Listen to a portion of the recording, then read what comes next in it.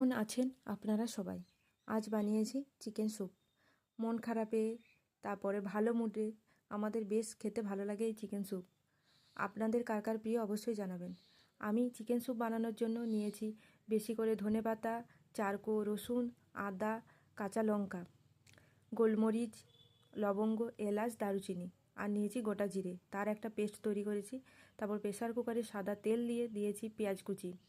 পেঁয়াজটা একটু নাড়াচাড়া করে দিয়ে দিয়েছি মাংসর পিসগুলো। তারপর দিয়েছি একটু নুন, তারপর দিয়েছি টমেটো।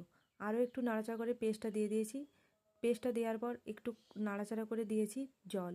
জল দিয়ে প্রেসার কুকারে 4টে সিটি হয়ে যাওয়ার পর আমরা ঢাকনা খুলে আমরা একটা কর্নফ্লাওয়ার মেশাবো। কর্নফ্লাওয়ারটা যখন দেব তখন চামচে করে অবশ্যই নাড়িয়ে নেব। তারপরে কিছুক্ষণ ফুটিয়ে নিয়ে আমরা দিয়ে দেব বাটার। তাহলেই আমাদের রেডি এই স্যুপ। তারপর যখন গরম গরম বাটিতে দেবেন তখন অবশ্যই উপর থেকে বিট লবণ ছড়িয়ে দেবেন। আর আপনাদের রেসিপিটি কেমন লাগলো জানাবেন। আর আমার ভিডিও ভালো লাগলে লাইক এবং সাবস্ক্রাইব করবেন।